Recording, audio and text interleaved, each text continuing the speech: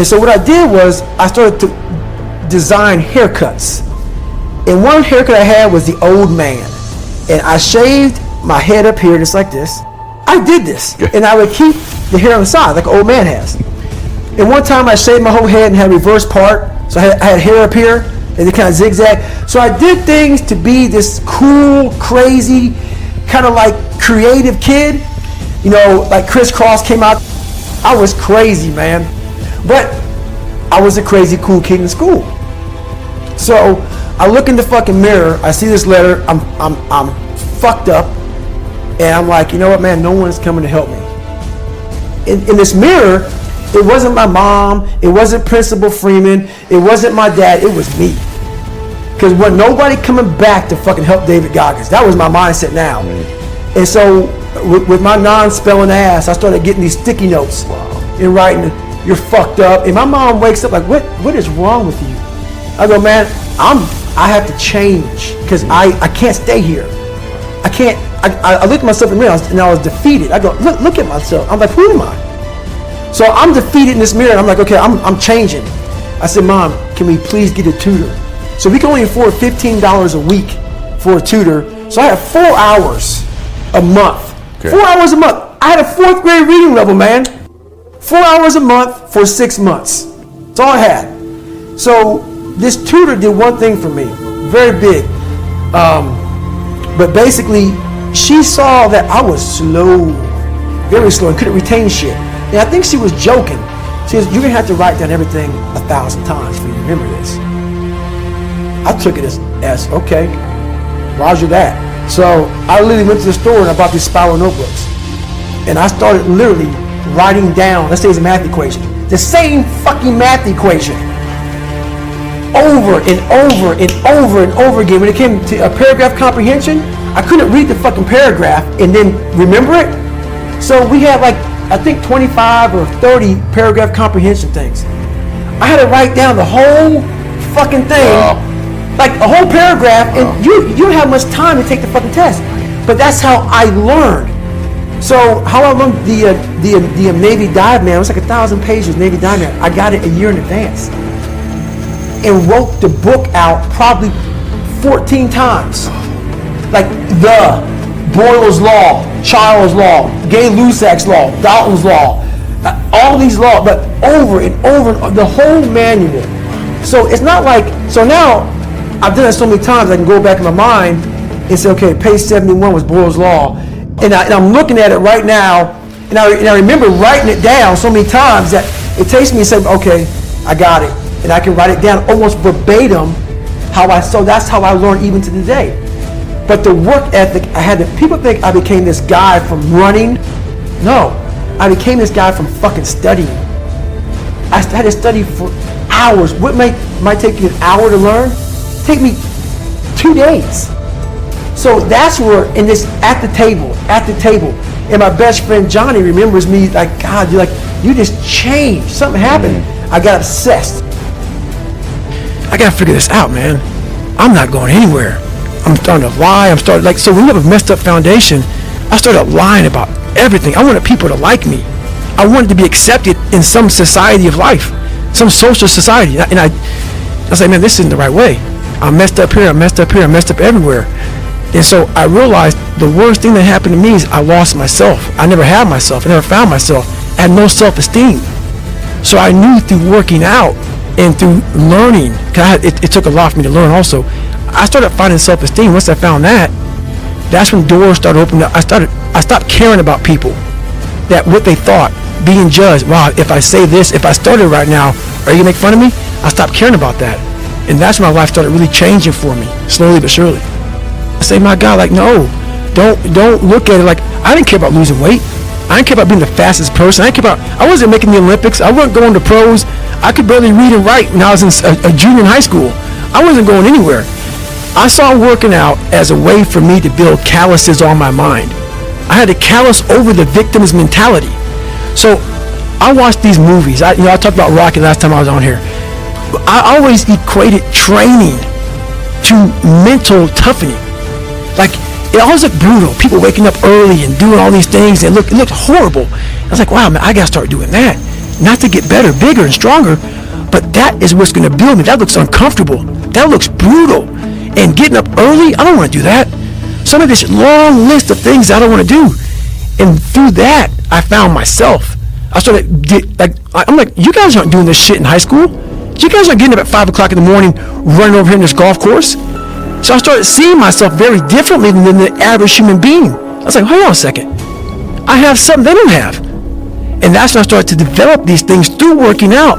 It was this great, never-ending work ethic. And through work ethic, I developed self-esteem. It's through discipline, through self-discipline, through repetition, through tons of repetition of the same thing that you don't want to do. And that's the key thing. Through repetition of things you don't want to do, you develop mental, like an armor for your mind. You start to armor your mind, because your mind's like, okay, we suffer every day. That's what we do. We do stuff that sucks every day, and that's how I started coming up. I just started being very uncomfortable, and now it's like just a way of life. Look, dude, I believe that everybody has a gift. Every single human out there listening right now, you have a gift. The thing that you have working against you is you have all these other people now, right? 30 years ago, 20 years ago, we didn't have Instagram. We couldn't watch people and emulate them. We sort of had to learn our own little craft as we went, all right? But now we get to see what everybody's doing. And our tendency as humans is to emulate the style or the personality or the way that someone speaks or the way they do their content and all these different things. But here's the thing that you don't understand, is that by doing this, you are actually keeping yourself from becoming great. Because the most that you could ever be when you do these things is a watered down, lesser version of what someone else is doing, all right? And how do you know that your own style and your own way of doing things that you would develop little by little by little if you would just take little risks, is it going to be greater than all of those things that you watch, okay? You cannot be great being a lesser version of what already exists. You can only be great when you execute against your own potential and do your own development. And that means getting up there and looking like a clown. And it means taking little bitty steps forward every single opportunity you get. No one comes out and is just great at business or great at athletics or great at science or great at speaking. It doesn't fucking happen, man. The first speech I ever gave, I remember it, dude. There were 6 fucking people there. All right? And I had a piece of paper, and I'm reading the notes, and I was shaking. I was freaking the fuck out. There's 6 people. 6! That's where I started, man. So, this isn't a gift. It only seems like a gift because I worked so hard and so long to develop it. And you guys have to do the same thing if you want to be great. If you want to be good and you want to be effective and you want to be, not great, you just want to be good, then yeah, dude, take someone else's style. Emulate everything they do. Clearly it might work. But if you want to be great, if you want to be one of the best that's ever fucking lived at what you do, you have to understand that it's about developing our own skills. It's about developing our own style. It's about developing our own swagger. It's about developing our own selves. And we don't do that when we constantly look at other people and admire them or look at them for an example or steal their shit like so popular out there these days. So if you want to be great, guys, you have to put in the work. You have to put in the talent. It's not that everybody doesn't have the potential. Everybody has the potential. It's just they're not developing it because there's too much distraction out that we didn't have 20 years ago. So when I'm coming up, dude, I don't have people to look at. We didn't have the internet. We didn't have social media. We didn't have all these things. We had books.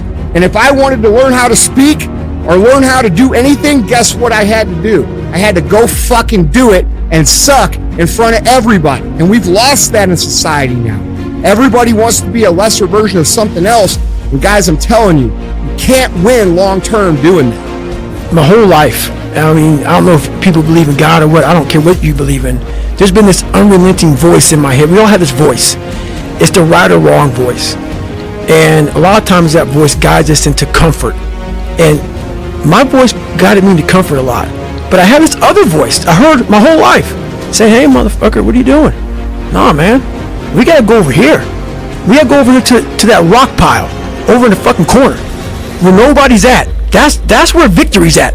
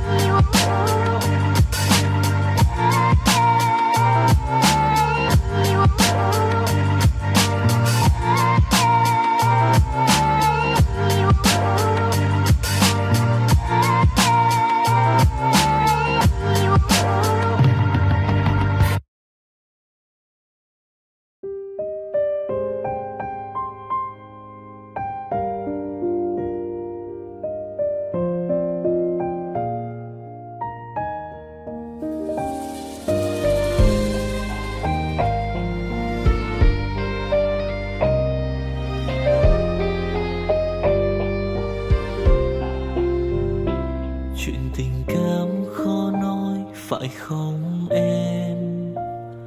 Chuyện tình yêu đâu biết được ngày mai. Rồi hôm nay em bên ai, nhìn em khóc trên vai. Thôi hãy quên đi, về với em hiện tại. Anh còn nhớ về ngày ta còn đắm say. Anh vẫn nhớ về người bên anh khi ấy. Em đã quên rồi câu hứa yêu trọn đời. Em bỏ anh rồi, em vui tình nhân mới. Cuộc tình này đã khác rồi, mình kết thúc em ơi. Chuyện tình này đã chết rồi, còn tiếc chi em ơi. Một lần em gian dối rồi, còn cố yêu không vui. Một lần em đã phản bội, làm vết thương chưa nguôi. Thì anh vẫn sẽ mỉm cười, người khác làm em vui. Còn anh xin kết thúc và giữ chút đau thương thôi. Ở nơi xa luôn nhớ về một mối duyên tình phai. Đường em đi nay khác rồi, còn mỗi anh đơn côi. Đường em đi nay đã khác rồi, còn riêng anh mãi đứng đơn côi.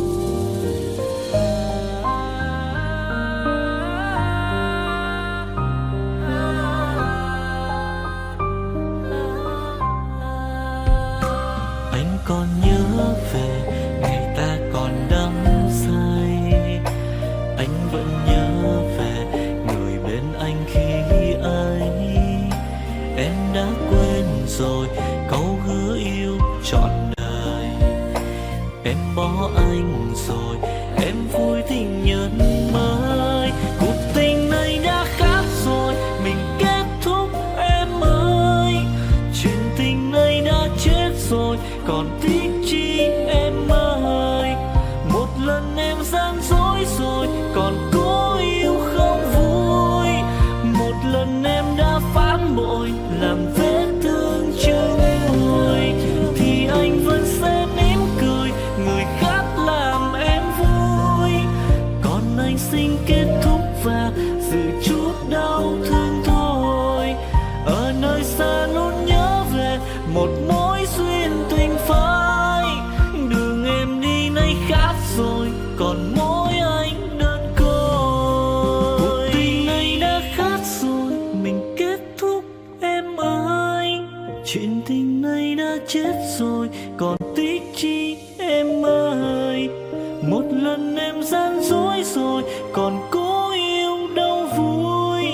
Một lần em đã phản bội, làm vết thương chưa nguôi.